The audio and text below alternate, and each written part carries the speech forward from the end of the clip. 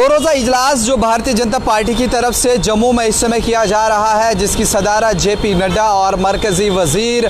किशन रेड्डी जी कर रहे हैं, और उसमें ख़ास तौर पर दो बातें जो है वो सामने आई है, जिसमें ये कहा गया है कि जो भारतीय जनता पार्टी अपना नया मैनिफेस्टो बना रही है, असेंबली इलेक्शन की तैयारियां चल रही है, उसमें उन्होंने पीओके को लेकर के जिस तरह से लगातार बातें चल रही हैं, मुजफ्फराबाद के हिस्से को जो है वो उसे अपनाने की बात की है। और ख़ासकर पहले तो ये कहा ही जा रहा था, लेकिन अब कहीं ना कहीं भारतीय जनता पार्टी ने इस चीज़ को अपने मैनिफेस्टो के अंदर भी लेकर के आए हैं। जिस तरह से पहले भी देखा गया था, कई सारी चीज़ें जब भारतीय जनता पार्टी ने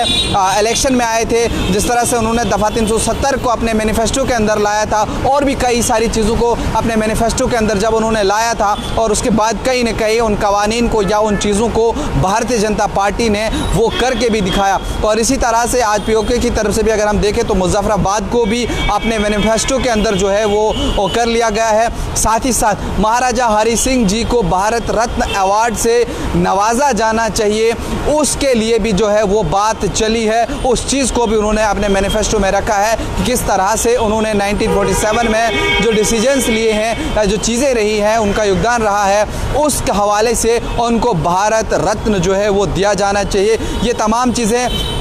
कल की अगर हम बात करें तो कल किशन रेड्डी जी जो सदारत कर रहे थे, जिसमें भारतीय जनता पार्टी यूनिट के सदर रविंदर रैना, तरुण चुग और डॉक्टर जितेंद्र सिंह, जुगल किशोर शर्मा, उसके साथ साथ जितने भी पार्टी के बड़े लीडरान यहाँ पर थे, वो सारे के सारे इस मीटिंग का हिस्सा बने हुए थे। और ये सारी चीज़ें जो है वो वहाँ पर हुई हैं। और आज भी अब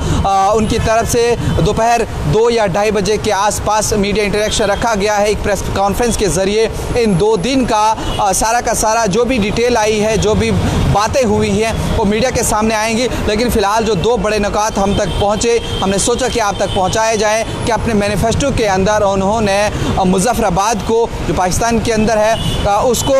अपनाने की बात की है, और साथ ही साथ महाराजा हरि सिंह को भारत रत्न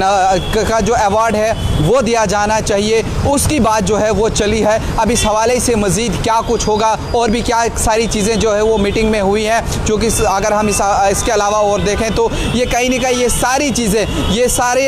इशारा जो है वो जम्मू कश्मीर में असेंबली इलेक्शन की तरफ हो रहा है कि यहाँ पर असेंबली के इंतखाबात जो हैं वो कब तक कराए जाएँ, किस तरह से तैयारियाँ की जाए। जिस तरह से सुबह हमने आप तक खबर पहुँचाई कि इलेक्शन कमीशन ऑफ इंडिया की तरफ से 10 जुलाई को एक वर्चुअल मीटिंग भी बुलाई गई है, जिसमें तमाम